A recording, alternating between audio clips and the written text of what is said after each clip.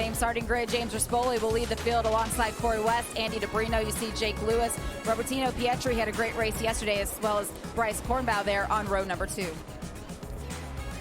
Row 3, Jason Waters, Hawk Mazada, Gus Rodeo. There's Travis Wyman on row number 4 with Hunter Dunham and Jeremy McWilliams in for a full season. Nate Kern, Bo Beaton, and Josh Heron, which I don't think they are going to participate. They pulled out for the weekend. Yeah, Light Fighters are out. Nate Kern on that BMW, though. Incredible to see that new BMW up here. Great look on that one as well. We'll see it out on the racetrack. We go to row 7, Joel Ullman, Jeff Lane, Travis Kerr. Full field here, Roland. You think about all the manufacturer involvement, all of the riders, all of the teams, everybody that stepped up in for the season. I mean, the grid just keeps on going.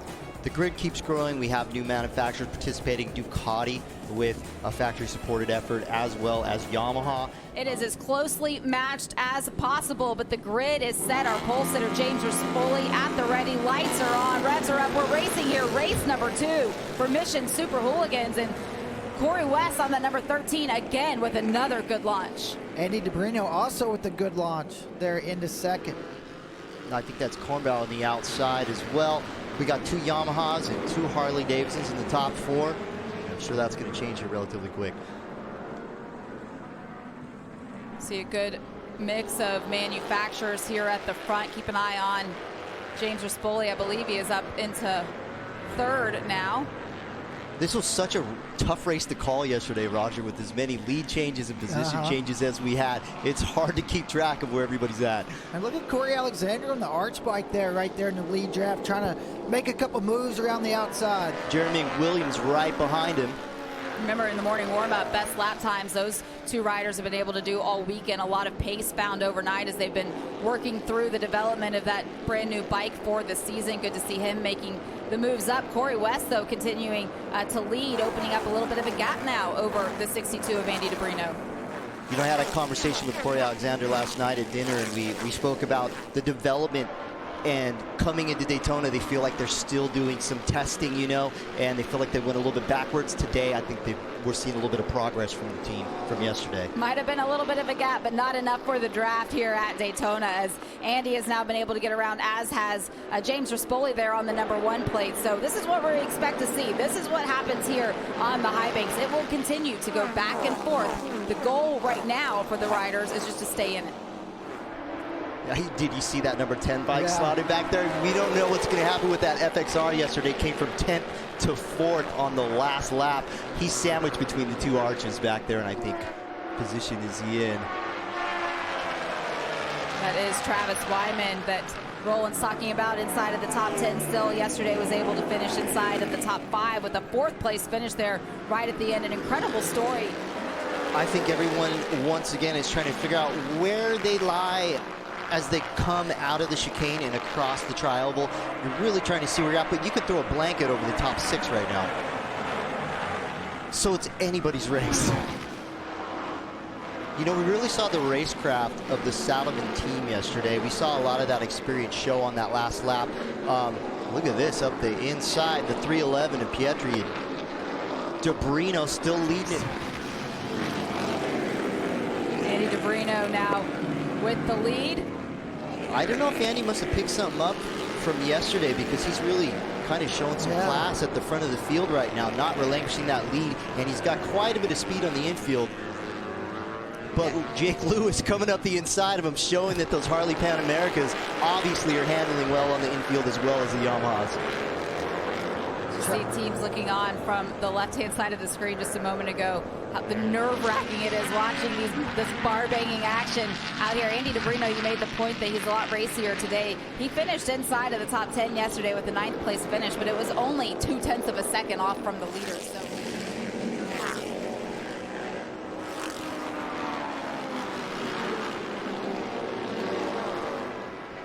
James Rispoli in to second. Here comes the 95. That Ducati, maybe they were saving something a little bit yesterday, but he's showing the horsepower of the Ducati as well on the bank. And you see him pulling up right behind the number 1 of James Rispoli. Rispoli on quite a win streak as well. I think yesterday was his 5th race win in a row in Super Hooligan. certainly carrying a lot of momentum, a lot of confidence alongside that #1 plate, but the rest of the field proving that it is anything but over. 3 laps to go now. How many leaders have we had? This is nuts. Going out a little bit of steam. I think the Yamaha's definitely showing some class today. They're showing that they got that machine figured out. And, you know, we did quite a bit of balancing in the offseason to try and get these bikes equal. Daytona, a tough place to judge some things, but here you can definitely judge horsepower.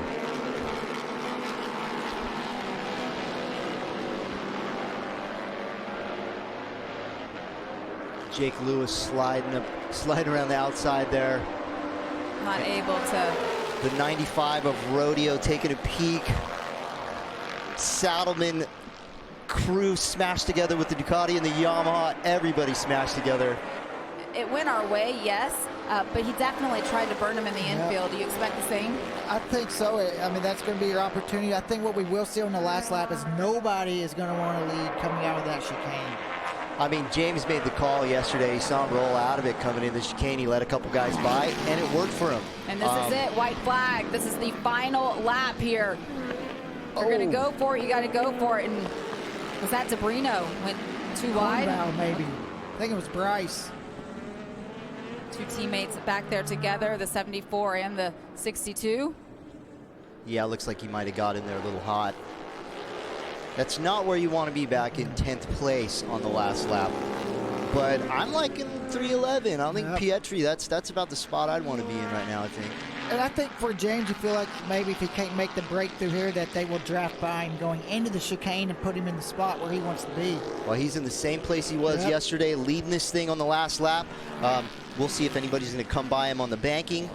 Gus is in the same spot as yesterday as well. See him starting to look around. Yep.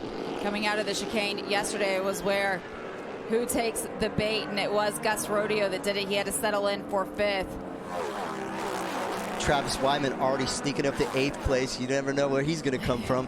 182 mile an hour that FXR did on its own. See if Corey West there on the 13. He's sitting in 3rd.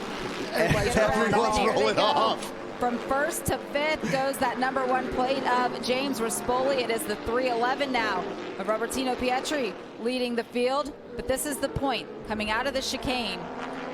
Robertino blitzed that chicane there. He did, and the Saddleman boys stacked up 1, 2, 3 behind him. Here they come. And we got Rodeo, Debrino, and Waters behind the Saddleman guys. Corey West coming through. Is he oh my God! So close to the wall. Corey West now with Jake Lewis right alongside him, coming to the stripe. The checkered flag flies, and it will be Jake Lewis with the win over his teammate Corey West. James Rispoli settling in for 3rd. Still all about Saddleman racing at the top, but a complete reshuffle. Not a call to a Saddleman 1, 2, 3 once again. Gus on the wall. Did you see that? That was one of the most insane things I've ever seen happen at Daytona, smashing up against the wall on the last lap. Able to keep it up on 2 wheels and still bring it across the stripe for Motul, Dimag Wheels, and Bell Helmets for sponsoring the Super Hooligan National Championship. Thank you so much, guys. This was an incredible race weekend. Solid point save for Corey West as well as their teammate James Rispoli. See Andy Debrino there. Great run for him in 4th. Robertino Pietri in 5th. Gus Rodeo able to keep it off the wall, up on 2 wheels to finish in 6th. Travis Wyman coming back through.